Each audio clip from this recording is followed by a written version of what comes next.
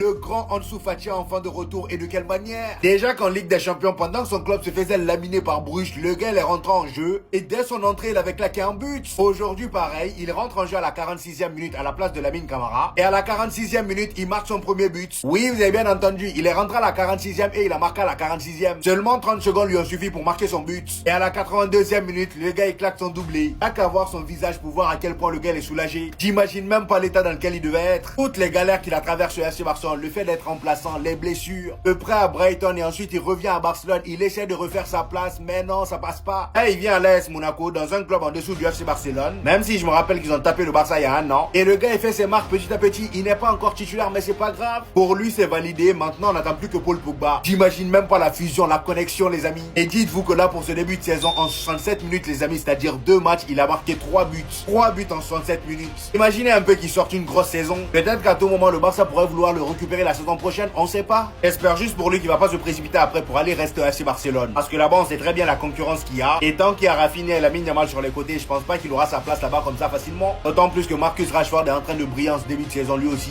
Le Chulissimo est mort. Mais le petit prince il est pas mort. Ansu Fati vous l'avez enterré. Vous avez dit qu'il était finito, qu'il fallait le vendre, fallait le dégager, que c'était lui qui bloquait les arrivées au Barça. Résultat des courses, 74 minutes à l'AS Monaco, 3 buts. Aujourd'hui, doublé. Il entre en jeu, il donne l'avantage directement à Monaco. 2-1. Derrière, 2-2, pas de problème, il y a Ansu Fati. Comme un vrai buteur, il vient tête décroisée. 3-2. Et il offre la victoire à Monaco qui s'impose 5-2. N'oubliez pas une chose les monégasques. Profitez de lui. Occupez-vous bien de lui.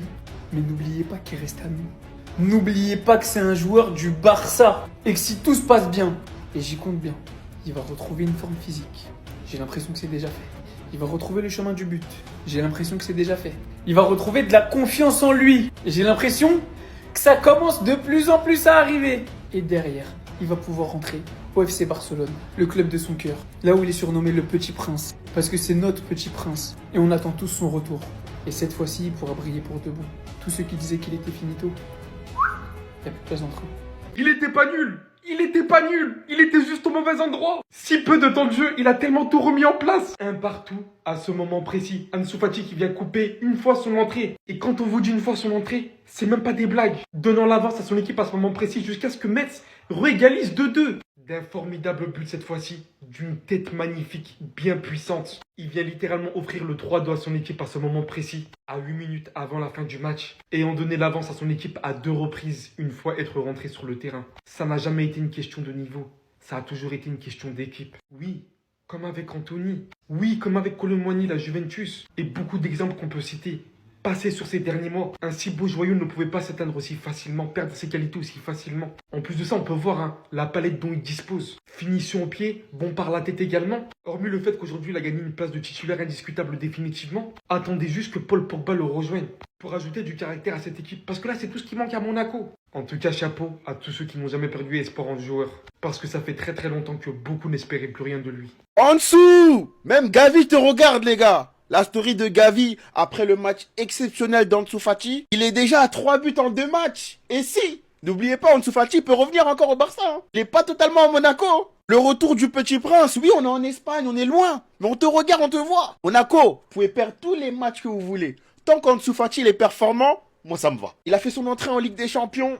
Il a marqué le seul but de la rencontre pour Monaco. Ça m'avait rassuré déjà. Et là, il vient montrer que c'était pas de la chance. Il vient confirmer encore une fois. Et moi, je me dis que à l'avenir, potentiellement, sur le couloir gauche, on pourra peut-être prendre en dessous. Parce qu'au milieu de terrain, je suis plutôt rassuré avec les éléments qu'on a déjà. Mais à gauche, à l'avenir, pourquoi pas Lamine Yamal, Ansu Fati et un numéro 9 à l'avenir. Oh, j'ai la vision, j'ai la vision. On le sait, c'était lui qui était destiné à être le leader offensif de notre attaque.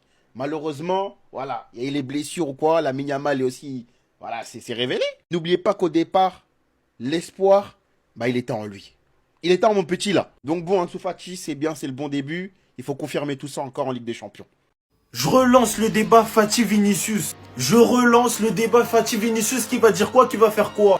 Les gars, qui va dire quoi, qui va faire quoi? En fait, les émotions, elles remontent, les gars. Les émotions, elles remontent. Voir Ansu Fati souriant comme ça, qui célèbre un but, les gars. Je sais que notre relation, elle s'est mal finie. Mais ce mec, c'est mon fils à la base, les gars. Il est rentré pour Monaco, les gars, 35 secondes. Premier ballon en Ligue 1. Il s'est jeté dessus comme un acharné, comme à l'époque où il jouait pour son rêve. Comme à l'époque où il jouait pour son rêve. Deuxième but, les gars. Il a mis une tête de 9. J'ai jamais vu Mbappé mettre une tête comme ça. Comme ça, c'est dit. Et les gars, c'était le but du 2-1. Après, l'équipe adverse s'est rattrapée. Il a mis le but du 3-2. Ensuite, son équipe, elle a déroulé. Et c'est tellement le chouchou du vestiaire, les gars. Lamine Yamal, il a partagé. Gavi, il a partagé. Alejandro Balde, il a partagé, les gars. Je sais pas s'il peut revenir au FC Barcelone un jour, mais moi, je lui souhaite le meilleur dans sa carrière, les gars. N'oublions jamais que s'il n'y avait pas eu cette blessure, quelque chose en ce gamin aurait explosé. Parce que rares sont les individus qui ont été aussi validés par Lionel Messi. C'était ces Jorginho do Brasil.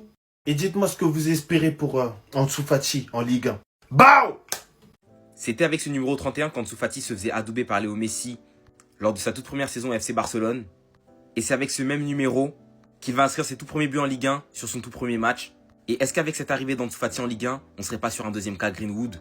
Avec l'enfant prodigieux déchu, certes pas pour les mêmes raisons, parce que lui c'est surtout des raisons sportives et notamment des blessures, eh bien ferait son retour et notamment une santé dans notre championnat national.